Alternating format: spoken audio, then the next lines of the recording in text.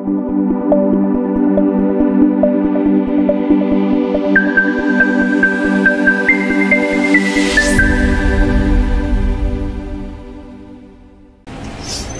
பாவம் எப்படி தெரியுமா? நம்ம செய்யும்போது இன்பமாக இருக்கும், டேஸ்டா இருக்கும். அது எப்படி இருக்குன்னா அவ்வளவு இன்பமாக இருக்கும். இயேசு ஒருவர் நமக்காக மரித்தாரே, நமக்காக அடிக்கப்பட்டாரே, நமக்காக நொறுக்கப்பட்டாரே, நமக்காக ரத்தத்தை சிந்தினாரே, நமக்காக 39 அடிகள் வாங்கினாரே. நான் மறுபடி பாவம் செய்யுமா? ஒண்ணு புரிஞ்சுக்கீங்க, நல்ல உங்க மீது உங்களுக்கு நம்பிக்கை வந்தாலா அது இயேசு கூட நம்பிக்கை வரும்.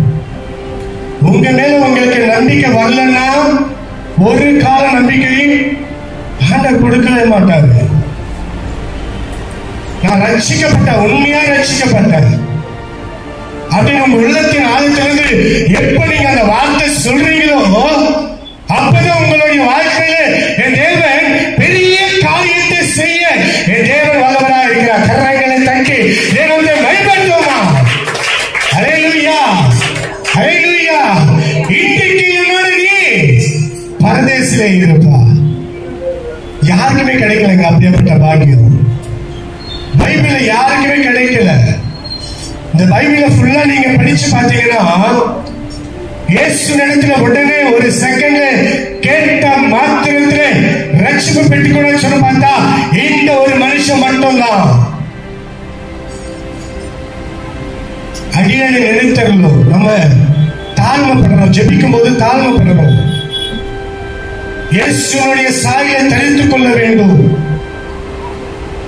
இயேசுவை நாம் முன்மாதிரியாய் காண்பிக்க வேண்டும். கடைசி வரைக்கும் அவர் சிலுவையில் இருக்கும் பொழுது 3ஆம் மணி நேரத்தில் உலகம் இருளாயிடுச்சு. அவர் சிலுவை போட்டு 3ஆம் மணி நேரத்தில் வானமும் பூமி அப்படி இருளாயிடுச்சா. ஹல்லேலூயா, ஹல்லேலூயா. அங்க வந்து என்ன பண்ணா விழாவில் குத்து பார்க்கிறான். விழாவில் குத்த பார்த்தவன் என்ன பண்ணா தெரியுமா? உடனே ரட்சிக்கப்பட்டான். கரைகளை தட்டி தேவத்தை பயன்படுத்துவோமா?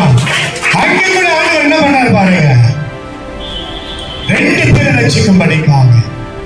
ஒருத்தன் கல்லனா இருக்கிறான், இன்னொருத்தன் விழாவில் குத்தி பார்க்கலான்னு பார்க்கிறான்.